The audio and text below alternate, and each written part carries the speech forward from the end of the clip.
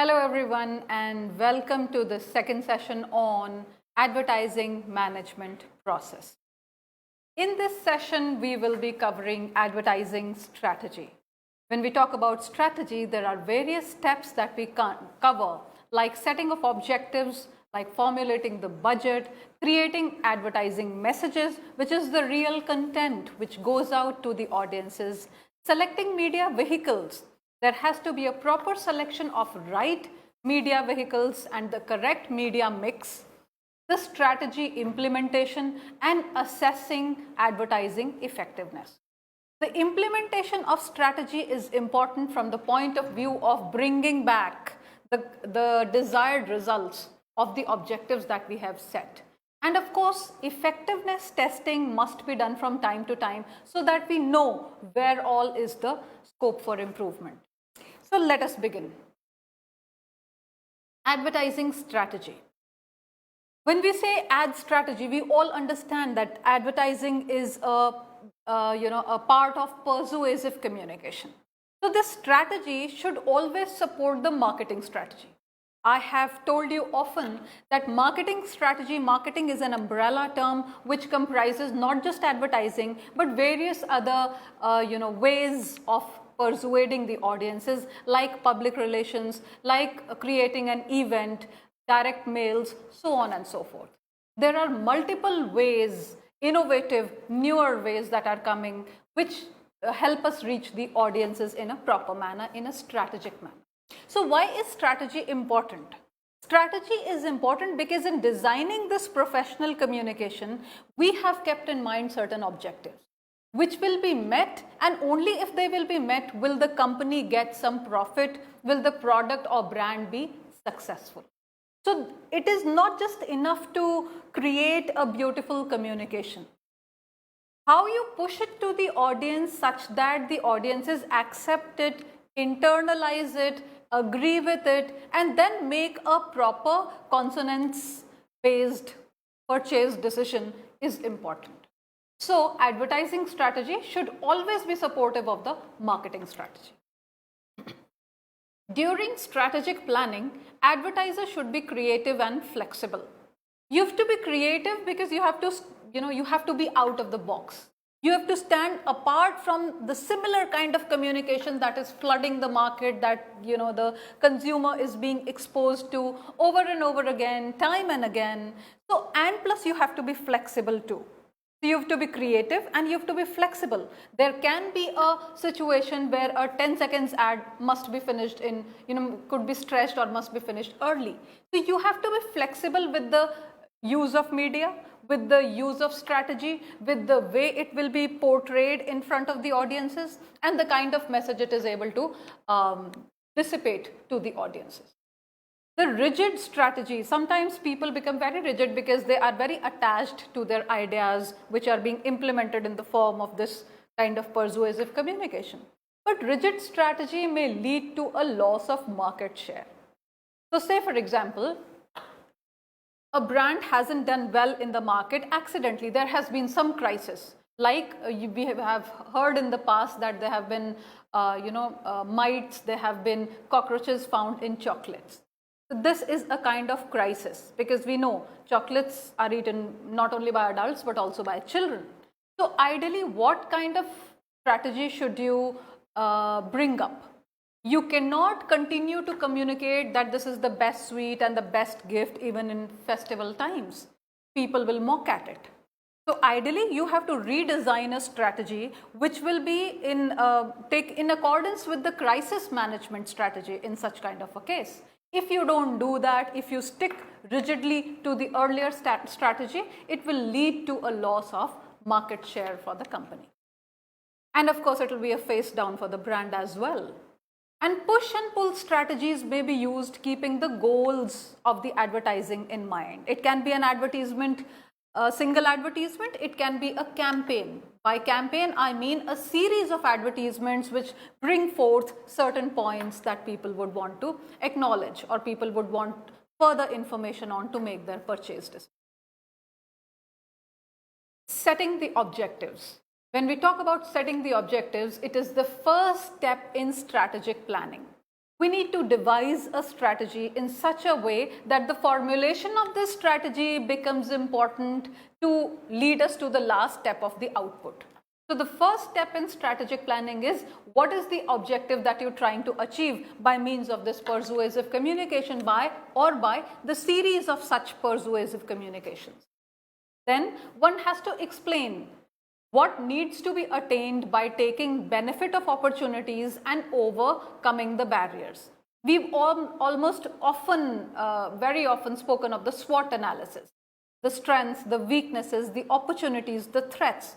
So what is it that we are looking to attain by gaining the benefit of the opportunity that we have, and by working on our strengths and working on our opportunities by overcoming the barriers? The goals may be long or short term.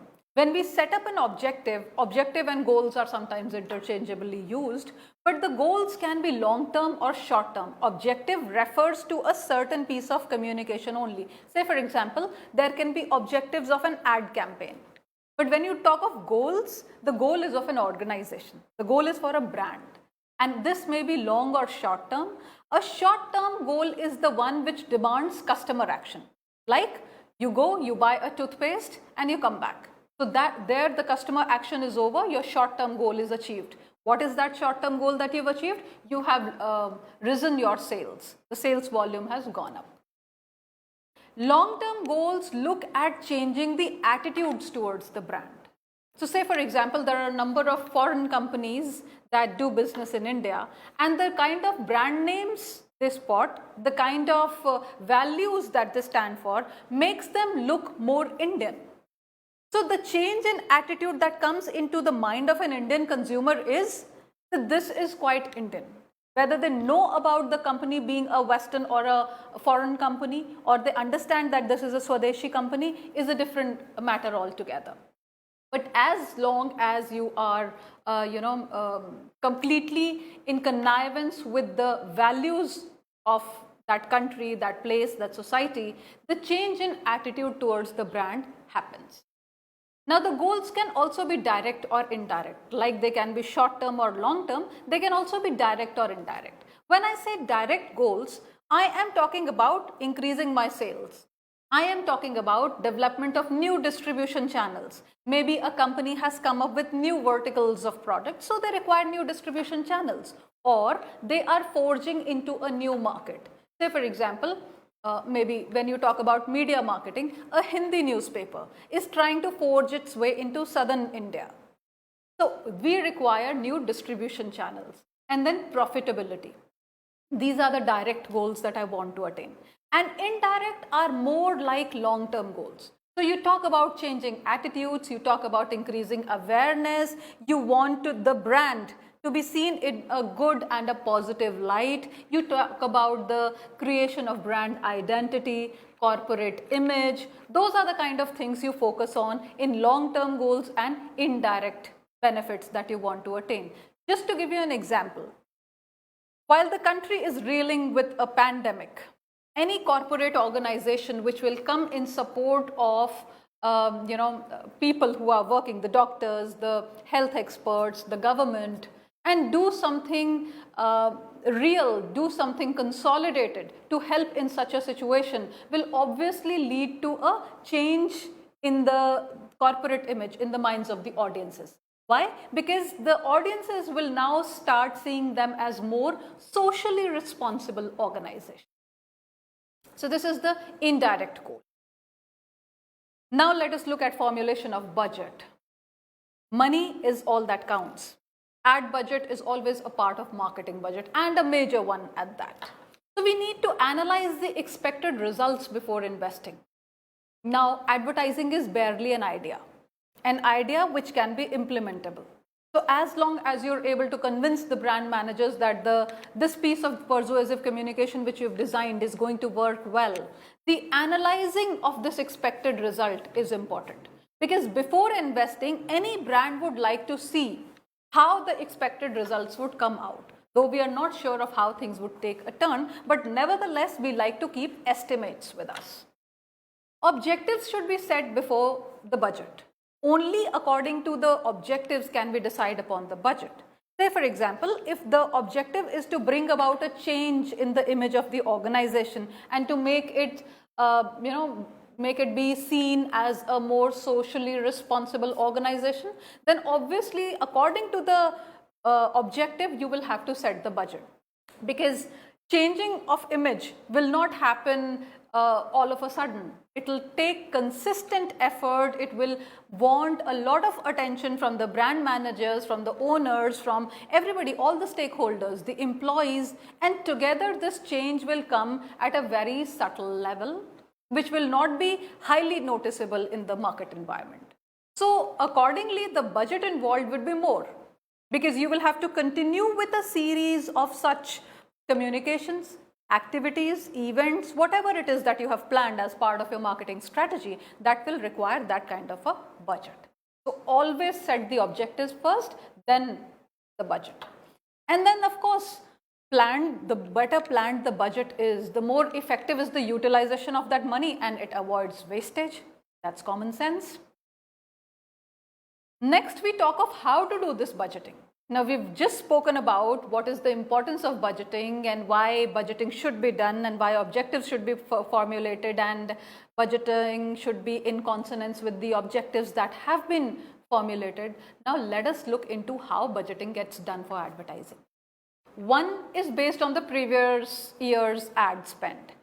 A company usually, when it has its annual growth plan in front of it, it looks at the kind of business volume it has generated and at the kind of sales volume it has generated. While looking at both of them, they also look at parallelly the kind of ad spend that they had decided upon.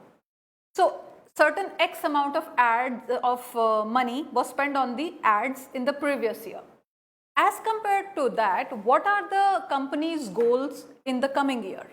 Accordingly, the ad spend will increase or decrease. Also, there can be more innovative ideas of marketing, and you may decide to invest less into advertising. The ad spend can go down.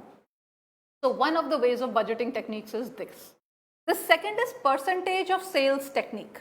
When I say percentage of sales, how much money have I put into advertising and how much sales has increased? There has to be a direct proportion between the two. If it is not, my ad spend for the next year will go down.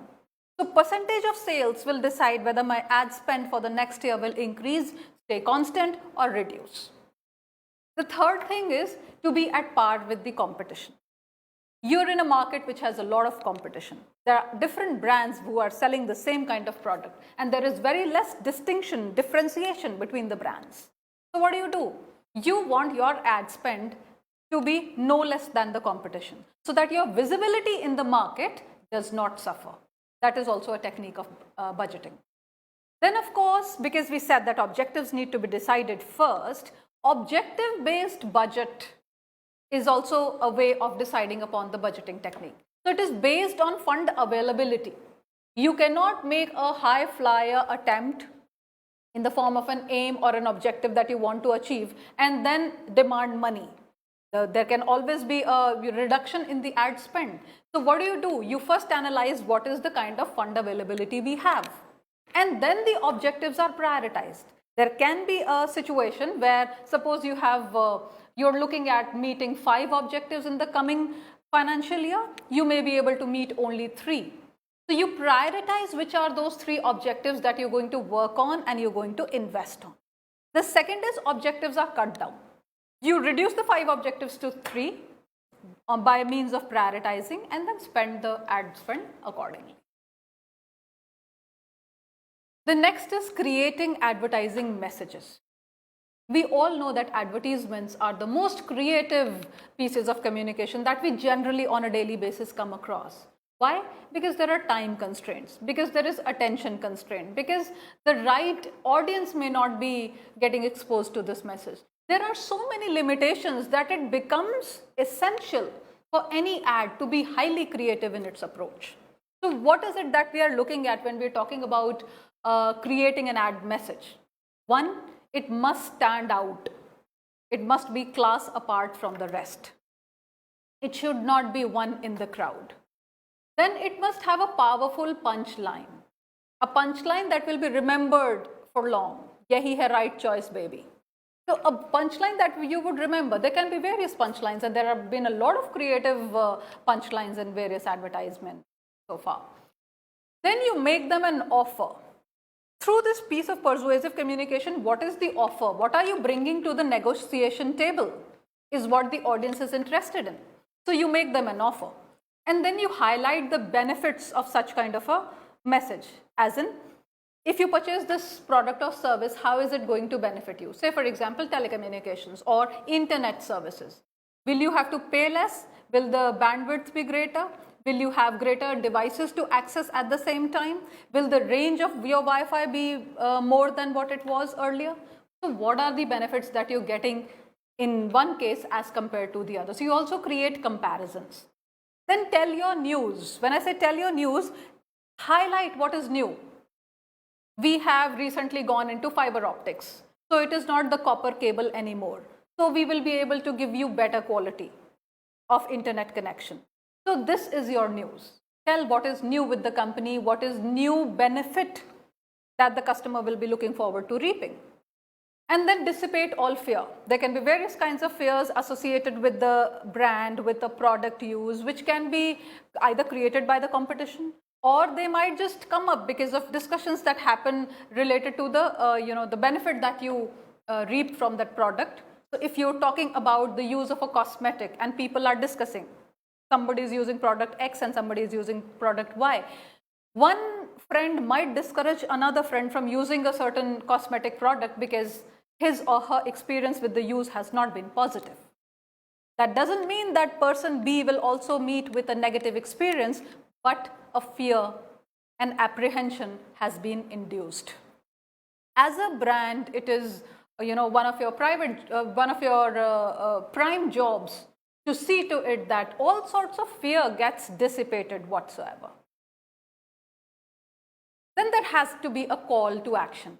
When you know you have taken care of all these things, that your advertising is powerful, it has the right punch in it, it is conveying the right message and highlighting the benefit, you have something new to tell, and there is nothing to fear in the use of your product or service, you call for action.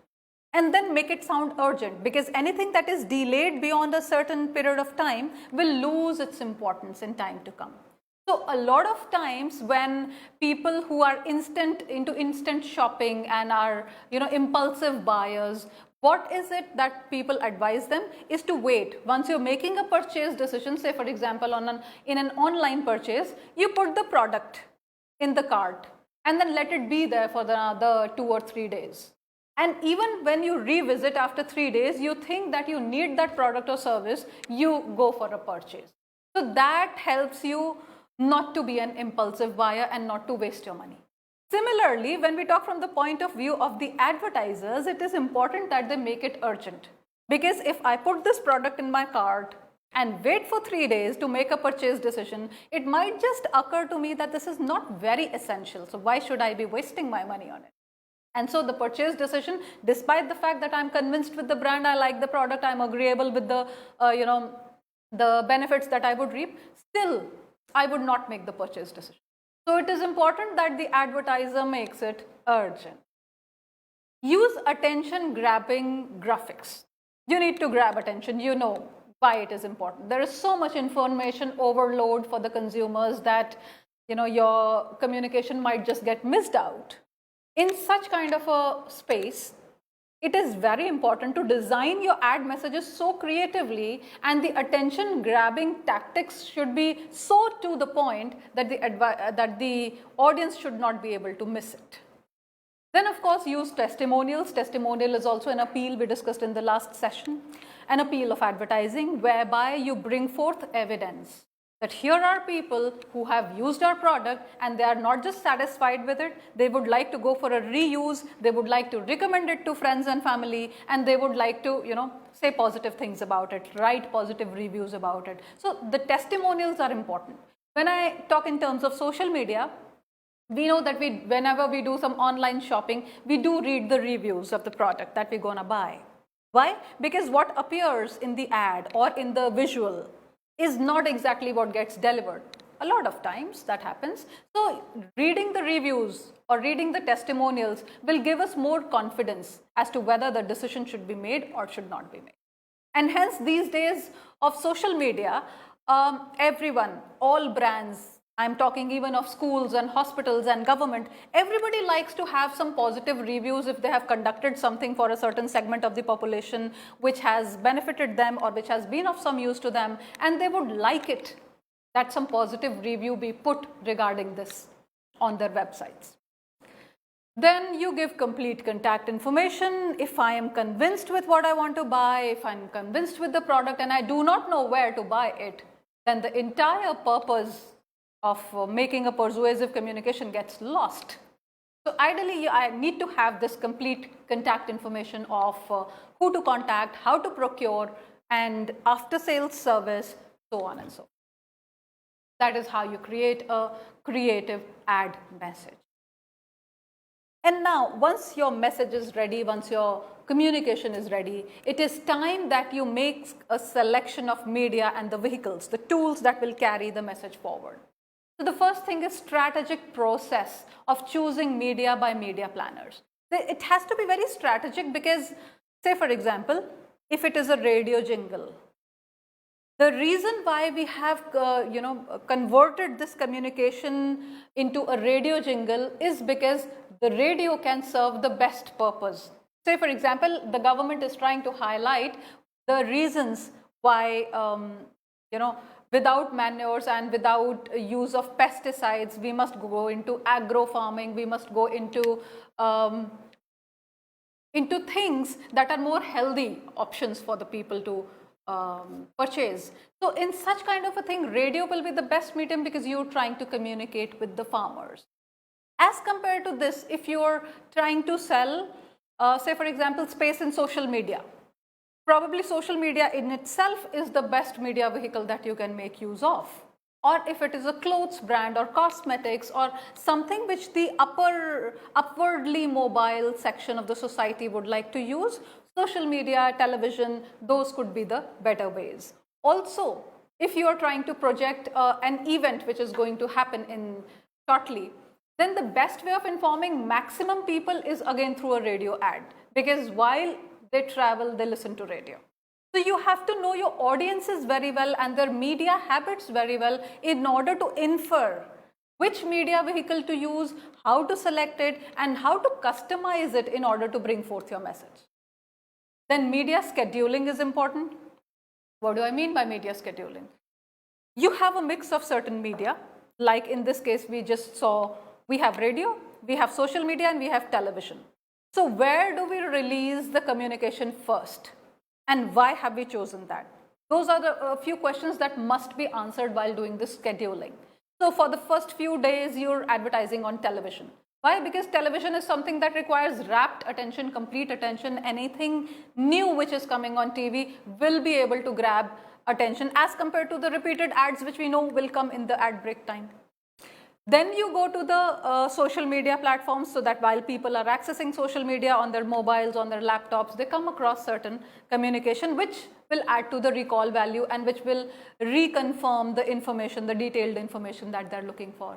In the end, while everybody is already aware of the series of advertisements that are going to happen, or some event that is going to happen, whatever it is that you're targeting at, radio can be a good medium. Why? Because you're only seeing to it that people don't forget that this event is going to happen and they have to attend it. So ideally, media scheduling, how do you schedule media? Which media you will be using to carry forth your message, and when is the strategic selection of media vehicles? It is decided on the basis of one, cost effectiveness, and two, focusing on the target audience. If you're talking about the rural audiences, social media may not be the best platform. Well, it depends, because the percolation of internet in the rural areas hasn't been so great as of now. So 50% of even the student population of the entire world is devoid of the digital facilities. So depends on who your target audience is. On the basis of cost effectiveness and on the basis of the segmentation of the target audience, You decide which media vehicles you should use to carry your message.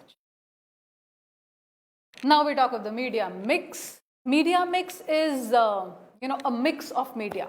You don't just use one media. Like you use various strategies in advertising, you also make use of various media in advertising. And the reach with high frequency is important. When you're reaching an audience, you should reach with high frequency so that the recall value is greater. There is higher recall value. Then of course there has to be optimum utilization of resources. You cannot be using two things and spending your monies when they are gaining the same objective. The objective for using a certain media should be well defined, which can help in reinforcement of the objectives of the second medium, but should not overlap. Then one should know the audience's media consumption habits and how media gets consumed. Like if it is usually the lunchtime during working days that people would access their Facebook, or is it the morning time? What is the timing? When is the time ripe for the audiences to get their messages, so that they don't just pay attention to it, they also internalize it, they also accept it. At all times you cannot be giving out information which will be accepted by the audience. The audiences might reject it because of bad timing. So all those things must be kept in mind. Then you have to research well on the duration of ad campaigns. Too long an ad will not hold the audience's attention for long. Timing of ads. What time should you give it? Should you give it during the prime time news ad breaks, or should you give it during the afternoons? Should it only be on social media and you should exclude television since it is a very costly affair? All those decisions are involved in it. What is the kind of media reach you are looking at? That is also decided by the media mix. So if you're looking at the young, upwardly mobile, metropolitan cities, towns, youth, your choice should be exclusively social media, and you can cut upon the costs. And if you're looking at the rural belt, radio would be a better medium. Or maybe influencers would be better, the opinion leaders. When you talk of a village, there would be certain opinion leaders on various matters. Could be health, could be agricultural advice, could be any such thing. So you should be talking to those alternative media which are not the mainstream media. So the media reach is important to gauge as far as target audience is concerned. Cost of those media vehicles you need to calculate because it has to remain under the budgetary constraints. The nature of product that you are aiming to sell. If it is meant for, say for example, it is something which is meant for aiding the nutritional value of housewives in rural areas, it cannot be on social media. Because one, you're talking about the women folk, two, you're talking about the rural people. So their literacy rate obviously goes down. They might not be accessing social media at all. So if you're talking about nutrition, post-pregnancy nutrition or postpartum nutrition, social media may not be the best vehicle if it concerns rural women. Then what are your business goals? There are certain goals that an organization has set for itself. So it is not just pushing the product forward. Together, marketing aims at achieving something big for the organization, because it is the face of an organization. The communication that is going out is setting forth and is helping you develop an identity of the organization. So ideally, what are the business goals and whether they're getting met? The campaign goals are important. The campaign, I just told you, the series of communication that you're making, in this case, a series of advertisements together forms a campaign. So the campaign goals are important, and of course, audience profiling is important, because you need to know how much segment of your targeted audience is youth, how many of them are women, how many of them are schoolgirls, and then, according to the audience profile, you decide upon the media vehicles through which you will propagate your message. That's about the media mix. Now we talk about the strategy implementation. Strategic implementation of an effective plan is very important, because an effective plan will continue to stay in the box until you implement it strategically so that it can succeed and bring you your desired results. Active employee engagement is also important here, because employees are involved at various stages. It is like if you have a family function, the entire family needs to be involved in it. So similarly, if you're looking forth at achieving a certain objective as a company, you need to involve the family members, the employees, the stakeholders. Then you have to assess the budget in order to make the strategy. Suppose you have a very detailed strategy and something that can ensure the success of your campaign, but you do not have a matching budget, you better make the assessments right in the beginning. And then assigning roles and responsibilities is important, because everybody should know in the family as to what is the role of every single individual once you hold a certain kind of function. Similarly, when a company is organizing an event or it has some corporate objectives to be met, could be expansion, could be crisis management, could be rise in sales, various things are there. So it is important that the roles and responsibilities get assigned first. And then you have to work out effective deadlines, because without deadlines it will all be haywire. So you have to work out effective deadlines in order to implement the strategy properly and to gain the desired outcome. The last bit of this session, assessing advertising effectiveness. When we talk about assessing advertising effectiveness, we all know we are playing with something which is very, very delicate. Delicate because it does not take a very long time for the audience to shun your communication. In such kind of a space, it is very important that you know what is the effectiveness of the communication that you're sending forth to your customers. So you have to measure and evaluate the effectiveness of the advertising. It gives you a direction to future campaigns, because obviously there are midterm corrections to be introduced. There are certain things that have been left behind. There will always be a better scope of improvement, and it will give direction for future campaigns, future communication for the brand. How do you assess advertising effectiveness? It is called R3 calculation. There are 3 R's. One is reach. You have to look at your ad penetration. You thought that newspaper will be the best medium for your ad to reach the target audience. Has it met the objective? Has it been able to reach the rural belt, the rurban belt, or has it been able to reach even the urban belt? Because we all know urban audiences these days would like to read their newspapers on their mobiles. They do not very much prefer the physical form of newspapers.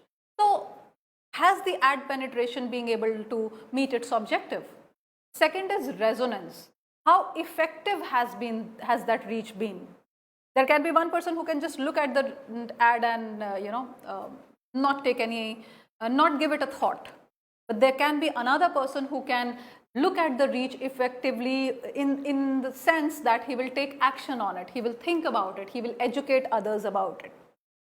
So this is the effectiveness. This is the resonance, the second R. And the third R is reaction. What is the kind of response of the target audience? Have we been able to, achieve the desired objectives? The response of the target audience becomes important there. So this is all in today's session.